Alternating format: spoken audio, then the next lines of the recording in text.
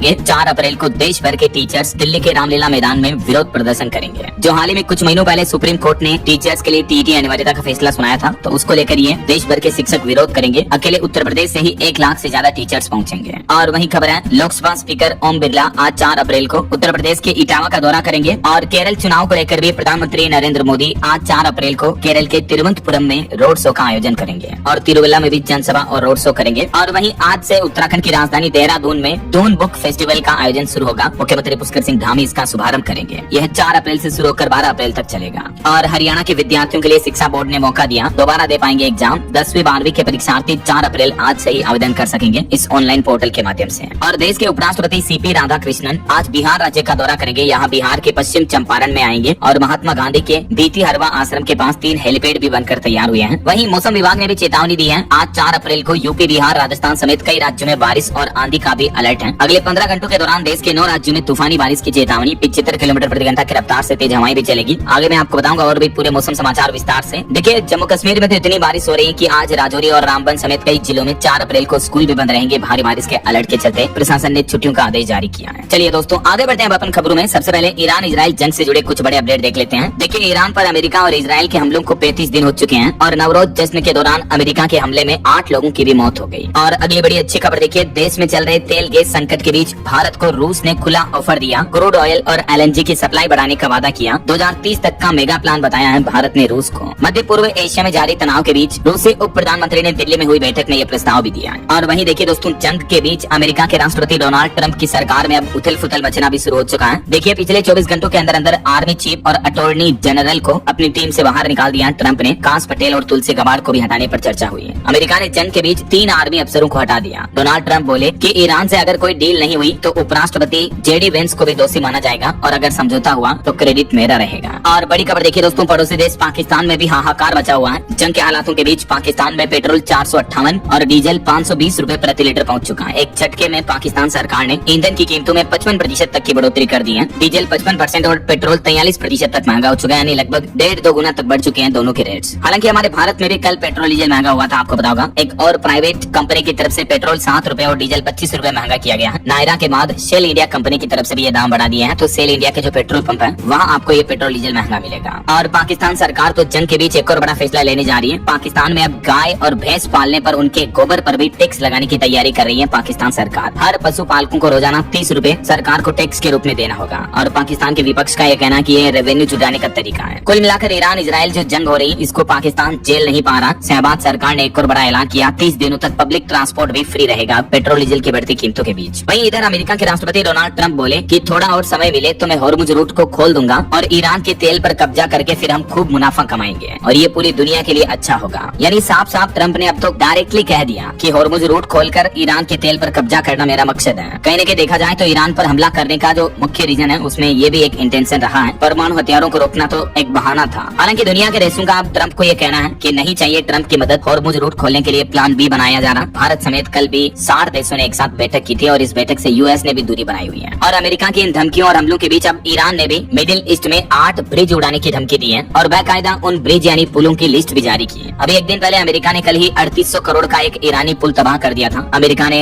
Missile के जरिए Iran का करज ब्रिज उड़ा दिया और इस ब्रिज पर हमले में ईरान में कई लोगों की मौत भी हो गई। तो अब इस कराज ब्रिज का बदला लेने के लिए ही ईरान ने भी कहा है कि मिडिल ईस्ट में हम भी 8 बड़े ब्रिज उड़ाएंगे, क्योंकि ये ईरान का सबसे ऊंचा पुल था ब्रिज, जिसको अमेरिका ने तोड़ दिया हमले में। और इस बीच एक बड़ा दावा किया जा रहा है कि ईरानी सेना ने अमेरिकी हेलीकॉप्टर को भी गिराया, जो कि ईरान द्वारा पहले अमेरिका के उड़ाए गए फाइटर जेट के पायलट की तलाश में घुसा था। और उधर ईरान ने पायलट को जिंदा पकड़ने पर इनाम भी रखा है, क्योंकि हाल ही में कुछ दिनों पहले आपको पता होगा ईरान ने एक अमेरिका के विमान को मार गिराया था। अमेरिका का जो F-35 फाइटर जेट था उसको ईरान ने हमले में तबाह कर दिया। तो उस फाइटर जेट के जो पायलट थे उनको बचाने के लिए यूएस ने बचाव अभियान शुरू किया। और उधर ईरान की राजधानी तेहरान का कहना है कि जिंदा खोजो उस पायलट को तो हम इनाम देंगे। आखिरकार अब ये अमेरिका ने भी खुद मान लिया कि ईरान ने हमारा F-35 फाइटर जेट मार गिराया था। यही वजह कि अमेरिका ने अब इसके लिए ऑफिशियली रेस्क्यू ऑपरेशन भी लॉन्च कर दिया है और ईरान ने उस फाइटर जेट के पायलट को जिंदा पकड़ने पर $60,000 का इनाम भी रखा है। हालांकि एक और फाइटर जेट विमान F-15 का लापता पायलट तो मिल चुका है, अब F-35 पायलट की तलाश जारी है। चलिए अगली बड़ी खबर देखिए, ईरान ने अमेरिका का 48 घंटे सीज फायर का प्रपोजल भी ठुकरा दिया। फाइटर जेट के बाद अब एक और अमेरिका के हेलीकॉप्टर पर भी ईरान ने हमला किया, जो अमेरिकी पायलट की तलाश में ही गया था। और अमेरिका ने ईरान को 48 घंटे का सीज फायर ऑफर भी दिया, लेकिन ईरान ने अब उल्टा इस ऑफर को ठुकरा दिया। मतलब अमेरिका अब भले भले ही अपने कदमों को पीछे खींच रहा, लेकिन ये युद्ध उस कगार पर पहुंच चुका कि अब ईरान खुद इस युद्ध को रोकने के मूड में नहीं है। देखिए जरा आप। और इस बीच डोनाल्ड ट्रंप ने एक और बड़ा फैसला लिया। अमेरिका ने पेटेंट वाली दवाओं पर 100% टैरिफ लगा दिया है। भारत पर मिश्रित प्रभाव की आशंका पड़ेगी इससे, मतलब थोड़ा बहुत मिला जुला प्रभाव इससे भारत पर भी देखने को मिलेगा, क्योंकि भारतीय जेनेरिक दवाइयां फिलहाल इस शुल्क से मुक्त हैं, जो भारत के लिए महत्वपूर्ण है। और वही खबर है दोस्तों, युद्ध के हालातों के बीच अमेरिका की ट्रंप सरकार ने विस्फोटक बजट भी जारी किया। देखिए, ईरान जंग के बीच अमेरिकी सेना को यूएस आर्मी को 125 लाख करोड़ रुपए बजट दिया जाएगा, जो कि सेकेंड वर्ल्ड वॉर के बाद अब तक का सबसे ज्यादा बजट है। और खबर देखिए, ईरान इजराइल तनाव का असर हमारे भारत में भी मजदूर श्रमिकों पर देखने को मिल रहा। बिहार में भी 201 श्रमिक लौटे, प्रशासन अलर्ट मोड में है, क्योंकि युद्ध के हालातों की वजह से इंपोर्ट एक्सपोर्ट डिस्टर्ब हो रहा है और इस वजह से कई सारी फैक्ट्रियां, कल कारखाने, काम धंधे, उद्योग बंद हो चुके हैं। ये वजह की श्रमिकों मजदूरों के पास काम भी नहीं है। देखिए, मध्य प्रदेश से भी ये ग्राउंड रिपोर्ट आ रही है कि एमपी में 5,500 से भी ज्यादा फैक्ट्रियां बंद होने की कगार पर है। 20,000 कर्मचारियों को तो जॉब से निकाल दिया गया, 30,000 कर्मचारियों की सैलरी आधी कर दी गई, 3 शिफ्ट का काम 1 शिफ्ट में ही चल रहा है। ईरान इजराइल अमेरिका के युद्ध का असर मध्य प्रदेश के डेट्रोइट कहे जाने वाले औद्योगिक क्षेत्र पीतमपुर पर भी बढ़ता जा रहा है। पहले एक्सपोर्ट ठप हुआ, अब नौकरियों पर संकट छाने लगा। वहीं देश भर में गैस सिलेंडर की क्राइसिस के हालातों के बीच इंडियन ऑयल कंपनी का कहना है कि देश में एलपीजी की फिलहाल कोई कमी नहीं है। हर रोज 28 लाख सिलेंडरों की डिलीवरी हो रही है। सरकार भी बोली कि हर दिन 28 लाख सिलेंडर की डिलीवरी अकेले इंडियन ऑयल कर रही है, तो बेवजह लोग बाग कतार न लगाएं। सरकारी तेल कंपनी ने भी लोगों से यह अपील की है। तो ये कुछ युद्ध का माहौल चल रहा।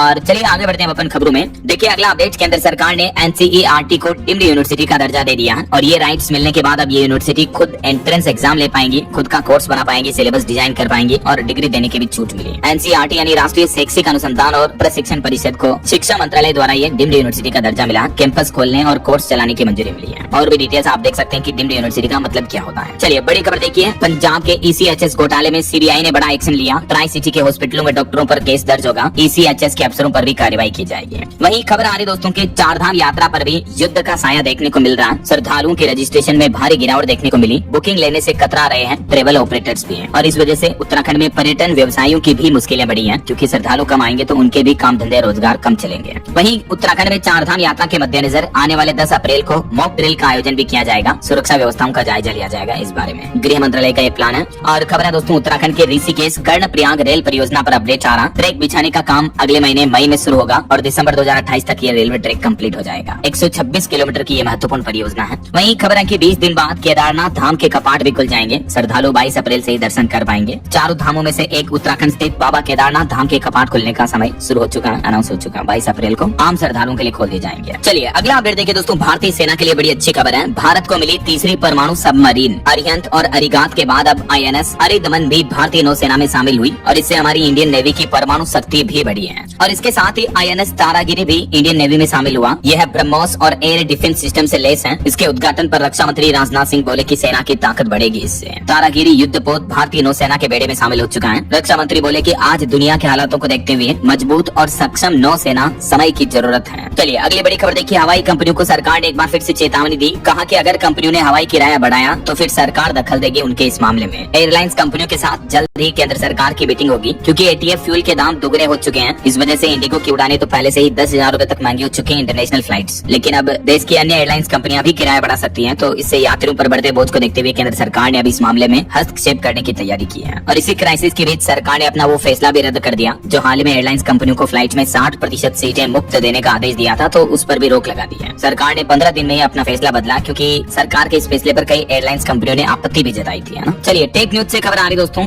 जीमेल यूजर्स अब अपना ईमेल एड्रेस बदल सकेंगे। गूगल कंपनी एक नया फीचर लेकर आ रही है। हालांकि उस बदले हुए एड्रेस के मेल भी आपके पुराने इनबॉक्स में ही आ जाएंगे। दरअसल गूगल ने अपने ईमेल प्लेटफॉर्म जीमेल में नया फीचर लॉन्च किया, जिससे आप अपनी ईमेल आईडी का यूजर नेम जो @gmail से पहले वाला हिस्सा होता है उसे बदल सकेंगे। और यूजर नेम बदलने पर भी पुराना एड्रेस भी बना रहेगा। पुराना वाला एड्रेस आपका एक अल्टरनेट ईमेल बन जाएगा। ऐसा जीमेल यूजर नेम बदलने की क्या स्टेप्स हैं ये देख सकते हैं आप। हालांकि 1 साल में एक बार ही आप अपने जीमेल एड्रेस को बदल पाएंगे। और मोबाइल फोन लॉन्चिंग पर भी खबर है। ओप्पो फाइंड X9 लॉन्च हो चुका, कीमत इसकी 75,000 है। ऑटो इंडस्ट्री से खबर आ रही है, 2026 सुजुकी बर्गमैन स्कूटी भी भारत में लॉन्च हुई, जिसकी शुरुआती कीमत 1 लाख रुपए है। इसके टॉप वेरिएंट में आपको TFT डिस्प्ले मिलेगा और कंपनी का कहना कि 24.5 लीटर का इसमें बड़ा बूट स्पेस, इतनी बड़ी डिग्गी स्टोरेज भी मिलेगा। 124 सीसी इंजन मिलेगा इसमें। चलिए दोस्तों अगली बड़ी खबर देखिए, गृह मंत्री अमित शाह असम में जनसभा में बोले कि असम में भी यूसीसी लाएंगे, इससे आदिवासी बाहर होंगे। बंगाल में ममता बनर्जी ने कहा कि वोटर लिस्ट में घुसपैठिए तो मोदी कैसे जीते, पहले वो इस्तीफा दें। विधानसभा चुनाव की तैयारियों के साथ ही पक्ष विपक्ष की बयानबाजी और जनसभाएं, जन आंदोलन देखने को मिल रहे हैं। और इस बीच चुनाव आयोग ने बंगाल के खंड घोष की ज्वाइंट प्रिंट वीडियो को भी सस्पेंड कर दिया है। ये देख सकते हैं भारतीय निर्वाचन आयोग ने इस बारे में ऑर्डर भी जारी किया। और चुनाव आयोग का प्लान है पश्चिम बंगाल में चुनावों के दौरान सुरक्षा का आयरन कवच बनाया जाएगा। मतगणना के बाद भी सीएपीएफ की 500 कंपनियां तैनात रहेगी। वहीं बड़ी खबर आ रही है पश्चिम बंगाल में मालदा हिंसा का भी मुख्य आरोपी अरेस्ट हो चुका है। एयरपोर्ट से पकड़ा गया है, भागने की फिराक में था। अब तक इस मामले में 35 लोगों की गिरफ्तारी हो चुकी है। एनआईए भी जांच शुरू कर दी है। और इधर तमिलनाडु चुनाव को लेकर कांग्रेस ने 27 उम्मीदवारों की लिस्ट जारी की। प्रदेश अध्यक्ष श्री पेरुम्बदूर सीट से चुनावी प्रत्याशी घोषित हुए हैं। वहीं पॉलिटिक्स से एक और बड़ी खबर आ रही है। आम आदमी पार्टी ने जो राघव चड्ढा को राज्यसभा उप नेता पद से हटा दिया, उसके बाद उन्होंने वीडियो जारी करके इस पर रिएक्शन दिया और आम आदमी पार्टी को जवाब में कहा कि मुझे खामोश कराया लेकिन मैं हारा नहीं। उनकी इस प्रतिक्रिया पर आम आदमी पार्टी बोली कि अगर कोई मोदी से डर जाए तो क्या लड़ेगा। अभी एक दिन पहले आपको पता होगा राज्यसभा उप नेता पद से उन्हें हटा दिया था। तो इस पर राघव चड्ढा का कहना कि मेरी खामोशी को हार मत समझ लेना, मैं वो दरिया हूँ जो वक्त आने पर सैलाब बनता है। कुछ राजनीतिक एक्सपर्ट्स का यह भी मानना है कि बीजेपी के खिलाफ क्यों नहीं बोलते राघव चड्ढा, इस वजह से उन्हें आम आदमी पार्टी ने उनसे बोलने का अधिकार छीन लिया। राघव चड्ढा ने तकरीबन 2.5 मिनट के वीडियो में आम आदमी पार्टी के कई आरोपों का जवाब भी दिया। और वहीं बिहार की राजनीति से भी खबर देखिए दोस्तों। 10 अप्रैल को मुख्यमंत्री नीतीश कुमार लेंगे राज्यसभा की शपथ। नई सरकार के लिए होगी ताबड़तोड़ बैठकें भी। और अब बिहार में तो पार्षद चुनेंगे सदस्य स्थायी समिति के सदस्य। 15 से 20 अप्रैल के बीच ये मतदान भी होगा। बिहार सरकार ने नगर निकायों में सशक्त स्थायी समिति के चुनाव की तारीखें भी घोषित कर दी है। वार्ड पार्षदों को यह अधिकार दिया गया है। चलिए भूकंप पर बड़ी खबर देखिए दोस्तों। दिल्ली, एनसीआर और जम्मू कश्मीर में भूकंप के तेज झटके लगे देर रात। रिएक्टर स्केल पर तीव्रता लगभग 6 की रही। ये भूकंप का केंद्र अफगानिस्तान के हिंदू कुश में था।